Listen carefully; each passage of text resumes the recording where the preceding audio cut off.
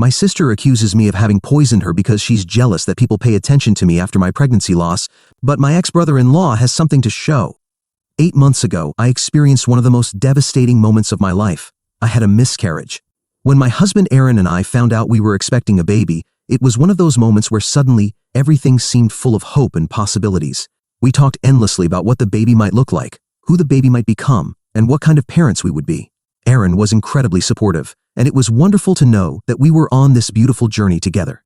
We didn't waste any time and began turning our spare room into a nursery. We started painting the walls a soft, calming color and discussing what kind of furniture would be best. I bought stacks of books for new moms, eager to learn all I could about pregnancy, childbirth, and newborn care. Then everything changed in an instant. It was late at night when I suddenly woke up with a deep feeling that something was wrong. There was no obvious reason, just an overwhelming sense of fear. When I felt the wetness in my pants and saw the blood, I knew something was very, very wrong. I immediately began to sob uncontrollably. It's hard to explain the level of panic and desperation I felt at that moment. The noise must have alarmed Aaron because he came running. He quickly realized what was happening and, without hesitation, took me to the hospital. When we finally arrived and the doctors examined me, I felt like I was holding my breath, clinging to any glimmer of hope that the baby would be okay. But then the doctor gave the news no parent to be ever wants to hear. I had lost the baby. The whole experience was traumatic. Looking back, I still don't know how my husband Aaron managed to stay so strong during those days, because I was completely shattered. After losing the baby, I couldn't function. I couldn't eat, sleep, or even summon the energy to talk. It was as if the whole world had gone dark, and I was trapped in a fog of pain that I couldn't escape. At that time, I was working, but I had to take 2 weeks off just to allow myself to collapse. Those 2 weeks were filled with tears. I barely got out of bed.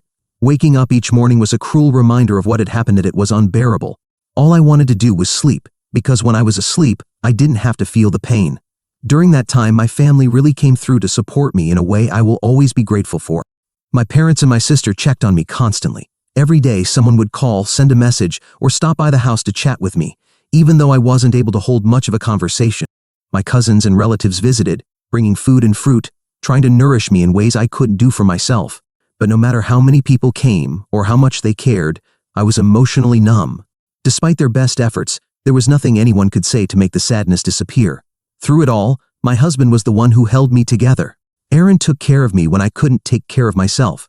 He didn't push me to talk or force me to act like everything was okay. Instead, he was patient, supporting me silently in any way he could.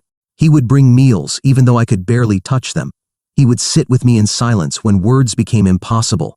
If it weren't for him, I'm not sure I could have made it through those weeks. He assured me, again and again, that we wouldn't give up. He believed that with time, we could try again once I had healed, both physically and emotionally.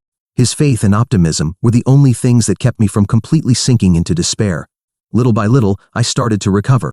It wasn't immediate, and it wasn't easy.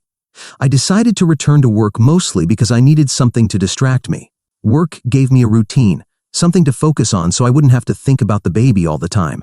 However, in quiet moments, the pain would return, and I knew I needed something more than distraction. Needed connection. So I joined a few Facebook groups for people who had gone through miscarriages. At first, I wasn't sure if it would help, but as I read the stories of others, I realized how many people had experienced the same pain I was feeling. It was comforting to know I wasn't alone, that my feelings were normal, and that other people had survived this unbearable loss. I began to open up more and share my story, and in doing so, I started to make sense of what I was going through. Right now, I'm still grieving. I don't think that part will ever fully go away, but I've reached a point where I no longer constantly blame myself. That took time and a lot of emotional work. There were many moments when I wondered if it was my fault if I had done something wrong, but now I firmly believe that some things are simply beyond our control. I've adopted a mindset of what will be, and that perspective has brought me a sense of peace. I've worked hard on my healing to get here, and I'm proud of that progress. But recently, something happened that has truly shaken me to the core, and I feel like it's undone some of the healing I've worked so hard for. It happened at my sister's baby shower, which took place last week. To give some context, my sister Maggie found out she was pregnant about 2 months ago. She announced her exciting news to our whole family almost immediately, but for some reason, she didn't tell me personally. I found out through one of our cousins, which took me completely by surprise. It hurt, not because I wasn't happy for her, but because Maggie and I had always had a good relationship. She was there for me, especially during my miscarriage, offering comfort and support when I needed it most. So naturally, I was surprised and, honestly, a bit hurt that she hadn't called me to share her happy news. When I talked to her about it later, I tried not to let my emotions take over. I didn't want to make her feel bad, but I also needed to understand why she hadn't felt comfortable coming directly to me. She explained that the reason she hadn't told me was because she didn't want to ruin my mood by announcing her pregnancy, knowing that I was still grieving the loss of my baby. I could tell she wasn't trying to hurt me. She didn't want to add more pain to my suffering, and in her mind, keeping me in the dark was her way of protecting my feelings. But I reassured her and told her that no matter what I was going through, I would always be happy for her. I made it clear that she should never feel like she couldn't share her joy with me just because I was still dealing with my own pain. I explained that, despite the sadness I carried, I would still love her baby as much as I would have before. I would still be her baby's aunt, and I wanted to be a part of this new chapter in her life. For me, it was important that she knew my love for her and her baby wasn't diminished because of my loss. She seemed relieved after our conversation and was glad I was so understanding. She promised that, from then on, she would keep me in the loop, which I saw as a positive step forward. In recent weeks, I've made an effort to support Maggie as much as I can, especially since she's going through this pregnancy largely on her own. You see, Maggie is currently in the process of divorcing her husband, Tyler. The news of her divorce was a shock to our entire family, including me. I always thought Tyler was a good guy, honest, and we even became good friends during their marriage. He seemed so devoted to Maggie, always treating her with love and respect. I remember thinking how lucky she was to have someone like him by her side, and they always seemed happy together. So, it was surprising when Maggie told us they were separating out of the blue. The reason she gave was very vague. She said they were divorcing due to irreconcilable differences, but didn't give much detail beyond that. When someone pressed for more information, she simply said that Tyler could no longer handle their marriage and left it at that. It felt like there was something they weren't telling us, some missing piece of the puzzle, but Maggie didn't seem willing to talk about it, and I didn't want to press her for answers she wasn't ready to give. All I knew was that Maggie needed support, and I wanted to be there for her in any way I could. I even went with her to some of her ultrasound appointments and OB visits. Although Maggie and Tyler are in the middle of a divorce, they've managed to keep a cordial relationship. That's probably why my sister decided to host her baby shower at Tyler's new house. He had recently moved into a place with a nice backyard, and Maggie thought it would be the perfect spot for everyone to gather, relax, and celebrate her pregnancy. Before the party, Maggie invited me, our mom, and some of our cousins over for lunch to help plan everything. We were excited to be part of the process, as it's a family tradition to plan events together, and this one felt especially important. When we all sat down for lunch, my cousins gave me a warm hug and offered condolences for my miscarriage. Although several months had passed, they knew that grieving is not something you recover from quickly, especially when it's as personal and painful as losing a baby. As women, I think they understood what I was still going through on a deeper level. They even mentioned how brave and selfless I had been by being there for Maggie despite my own pain. However, as we were talking, I noticed Maggie's attitude changed. She told everyone to stop talking about such heavy topics over lunch. She said we all needed to get over my incident. Her words stung a little. I didn't like talking about the topic either, but her reaction seemed unusually cold. I assumed she was just stressed about her party and maybe didn't want the conversation to drift away from the happy event we were planning. Later that day, when I was dropping her off at her house, Maggie joked that I always stole the spotlight since my miscarriage happened. Then she asked me, half serious, if I planned to do the same thing at her baby shower. Her comment completely took me by surprise. I asked her what she meant by stealing the spotlight. Maggie explained that people seemed more concerned about me than her, and as a result, she felt sidelined. She said she didn't want to feel that way during her baby shower. Immediately, I felt bad and apologized to her. I assured her that no one intended to make her feel less important, and that I would do everything possible to ensure my incident wouldn't come up during her baby shower. I didn't want to take the spotlight away on her special day or make her feel neglected in any way. Maggie didn't say much after that, just shook her head in disdain, and our conversation ended awkwardly.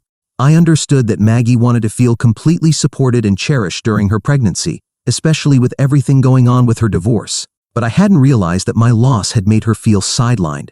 The shower was 3 days ago, and I did everything I could to keep the focus on Maggie and her baby.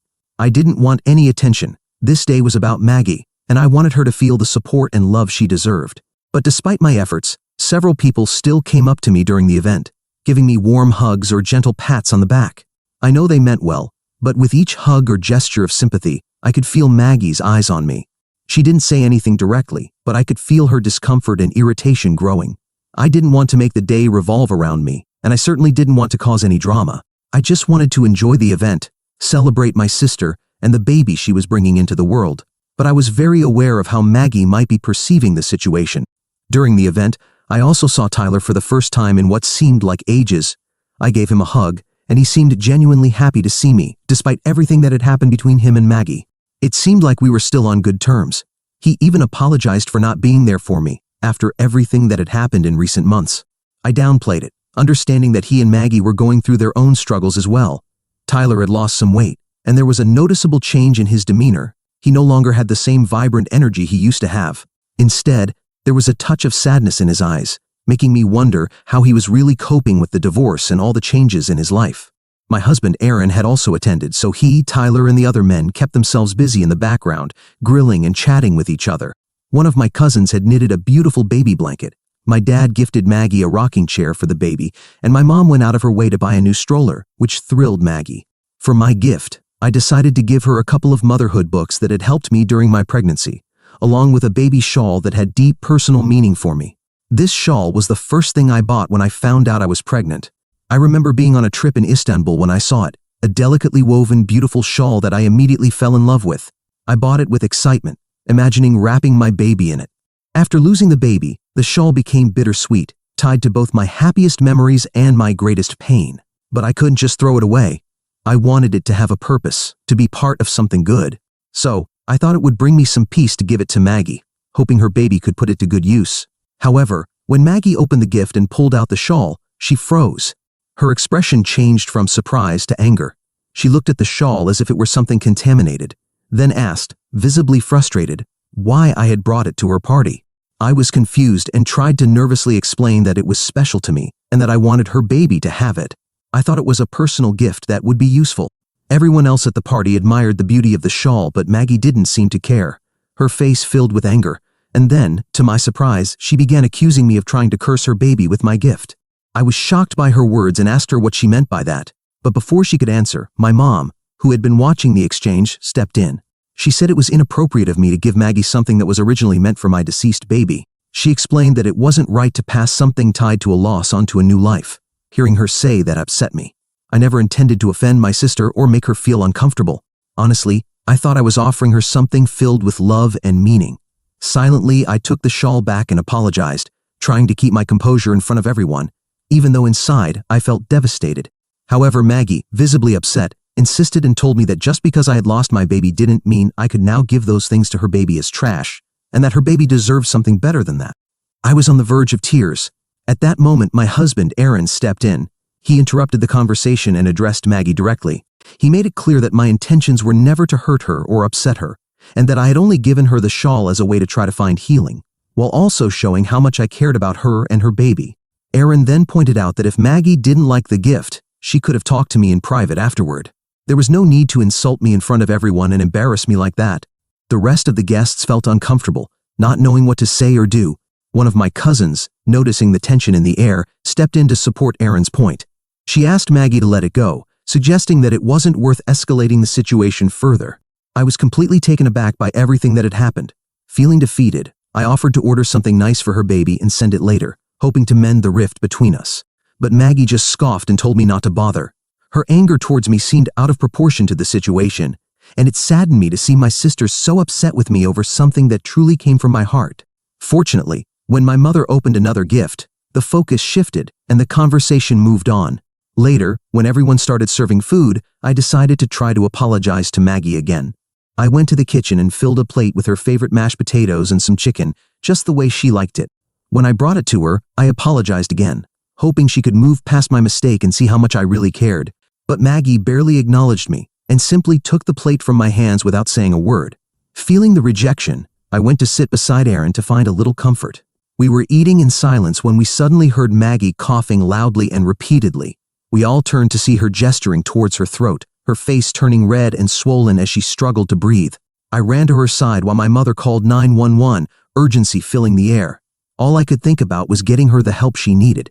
The paramedics arrived and my sister was taken to the hospital. My parents, Aaron, Tyler, and I went immediately to be with her. At the hospital, the doctors informed us that Maggie had had a severe allergic reaction. Maggie is allergic to shrimp, and there had been some on the grill, but Tyler had assured us he had been very careful not to mix the grills. I had specifically given Maggie a plate that only contained mashed potatoes and chicken, so I knew I hadn't given her anything harmful. When Maggie recovered and was coherent enough to speak, she started accusing me of poisoning her. She told my parents that I was the one who had brought her food after she had insulted me for my gift, so maybe I had done something to her food that caused her allergic reaction. I responded that I would never hurt her or her baby, and that it was inconceivable to me that she would even suggest such a thing. However, she refused to believe me. In a fit of rage, she shouted at me to leave her hospital room. Since that day, everything has spiraled out of control. My parents, taking Maggie's side, have blamed me for the entire incident. They believe that, in some way, I endangered Maggie and her baby. Other family members have heard about the drama, and suddenly they are accusing me of being jealous of Maggie's pregnancy. They suggest that maybe I let those feelings cloud my judgment and harm Maggie. The idea that I would act that way is absurd to me, but somehow, people are believing it. My only mistake was giving her that plate of food. I swear I never gave her any shrimp, but now I'm being blamed for everything. It's making me feel very guilty. Now, my parents are pressuring me to admit everything and apologize to Maggie. They say that I'm stressing my sister out by needlessly escalating the situation when she's already so vulnerable due to her pregnancy. Am I in the wrong if I don't apologize to Maggie, since I am not the reason she was poisoned? Update 1. In just a few days, I've received hundreds of messages from strangers. First of all, I want to express my deepest gratitude to everyone who has reached out with words of support for my loss. Your kindness means a lot to me. I also appreciate that many of you understand my intentions in giving Maggie the shawl. I truly wanted to give her something beautiful and meaningful, and I didn't expect her to interpret it negatively. It's clear she feels resentment towards me because of the attention I've received for my miscarriage. I wish she could have talked to me about it and resolved her feelings instead of letting them build up. Now, addressing the main issue, I have refused to apologize and have stood firm in my words. This has led Maggie to publicly accuse me on social media of attempting to poison her food. She claims that she has always been there for me, but that I constantly try to overshadow her, suggesting that my jealousy over her pregnancy led me to act this way at her party. To settle this once and for all, Tyler has invited everyone to his house, insisting that we need to address the situation face to face before the baby is born, and this matter becomes even more complicated. My parents have reached out to me and are encouraging me to attend, but Aaron and I aren't so sure. Update 2. How things have changed. Aaron and I reluctantly decided to join Tyler and Maggie for a meeting as a last-ditch effort to resolve things. Desperate to resolve things, my parents were also there, hoping to help. Maggie began by demanding that I apologize and publicly admit that I had, in fact, poisoned her. I scoffed at her accusation and was about to deny it once again when Tyler suddenly stood up saying he had something to show us all. Well, it turned out that Tyler had cameras installed throughout his house that had captured everything that happened during the party. He decided to share the footage with us to clear things up once and for all. When we watched the recording, it showed me giving Maggie the food, exactly as I had described. There were no shrimp anywhere. The video showed Maggie eating and chatting with others. However, in the middle of her meal, she started looking around and repeatedly asked for sauce. One of my cousins had sauce on her plate and offered Maggie the chance to dip her chicken in it. Since that cousin was eating shrimp, it was definitely a bad idea for Maggie to use the sauce from her plate. Foolishly, my sister dipped her chicken in that sauce. Moments later, Maggie started coughing, clearly triggering her allergic reaction. As the video played, I could see my parents' faces turn pale as they realized what had really happened, understanding that Maggie had been blaming me for something that wasn't my fault, and they had been supporting her. Maggie began to argue, mumbling to justify her accusations. She said there was no guarantee that her reaction was caused by eating from my cousin's plate, insisting that maybe I had mixed something into her food beforehand. However, thanks to Tyler, my parents no longer believed her. I yelled at Maggie for publicly defaming me on social media. Then, my husband threatened to use the video and sue her for false accusations if she didn't immediately take down her post. The expressions on my parents' faces were filled with regret as they turned to me with sympathetic eyes. They apologized for accusing me unfairly. However, I pointed out that they had been quick to support my sister and that, had there been no proof, they probably would have continued to side with her. I turned to my mother and asked if she would now go and clarify the situation with the other family members, as she had been one of the loudest voices blaming me. I believed it was important for everyone to know the truth, especially given the damage that had already been done. However, my mother tried to downplay it, saying that no one really cared who was right or wrong in this situation. What mattered was that I was no longer implicated in what happened to Maggie. I felt that was deeply unfair, and I told her that if she didn't take the initiative to clear things up and acknowledge Maggie's responsibility in her allergic reaction, then I couldn't have a real relationship with them. My parents kept trying to de-escalate the situation without actually acknowledging their own responsibility. Finally, Aaron and I left after taking a copy of the video from Tyler and thanking him for revealing the truth. Since then, my sister has deleted her post from social media, but my mother still hasn't clarified what really happened to anyone. So I'm really upset with her for agreeing to let me continue being seen as the villain in this situation. They haven't even asked my sister to apologize to me, just as they demanded that I apologize to her. Update 3. Thank you all for your suggestions. In response to everything, I decided to give Maggie a taste of her own medicine. I posted the video that Tyler showed us and shared how both my sister and my parents had unfairly accused me of causing her allergic reaction. I highlighted how Maggie was careless enough to eat from someone else's plate and essentially poisoned herself. As expected, the video caused a stir. Many family members who had initially sided with Maggie and blamed me have called to apologize. My parents have called me repeatedly, but I've been ignoring their calls. Aaron and I have decided to limit contact with the family until my parents acknowledge their mistakes. Update 4. Before I begin this update to tell you what has happened in recent months with Maggie, I want to address a topic that kept coming up in the comments: the possibility that Maggie had purposely triggered her reaction. I'm not going to defend her, but honestly, I don't believe she is capable of something so twisted. Or at least, I don't want to think that a person could do something that extreme just to get attention. It would be horrifying. My mind prefers to believe that even though she acted irrationally or cruelly, she wouldn't go that far. Now, returning to recent events, I've been in contact with Tyler. Aaron and I are truly grateful to him for standing up for us, and above all, for having the courage to show the video that cleared us. We didn't expect someone who was in the process of leaving the family to do something so decisive in our favor, especially when my own family didn't. During our conversations, Tyler gave us a bit more context about what was happening behind the scenes in his marriage to Maggie, which has shed new light on the whole situation. It turns out, according to Tyler, that Maggie and he had been considering having a baby for a while, but they had never taken the final step. That changed after my miscarriage. It was then that Maggie started pushing more to have a child. Tyler initially thought this just meant that Maggie had reached a point where she felt ready to be a mother, and since he also wanted to be a father, they started trying. Everything seemed to be going well until Maggie became pregnant. However, what triggered a series of problems in their marriage was a comment Maggie made shortly after finding out she was pregnant, which directly involved my situation.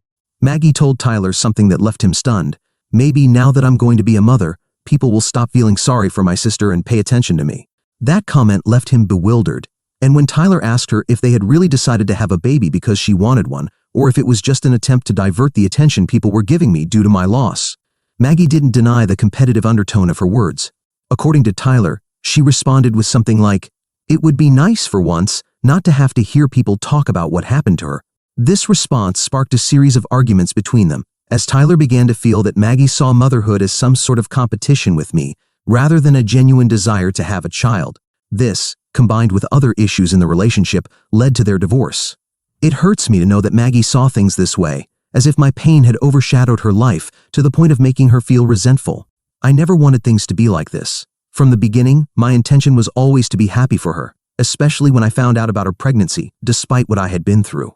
For now, Aaron and I remain in contact with Tyler, but have cut off all interaction with my family. Perhaps one day they'll recognize the harm they've caused me and make an effort to mend things. But let's be honest, it doesn't seem like that day will come, nor am I waiting for it.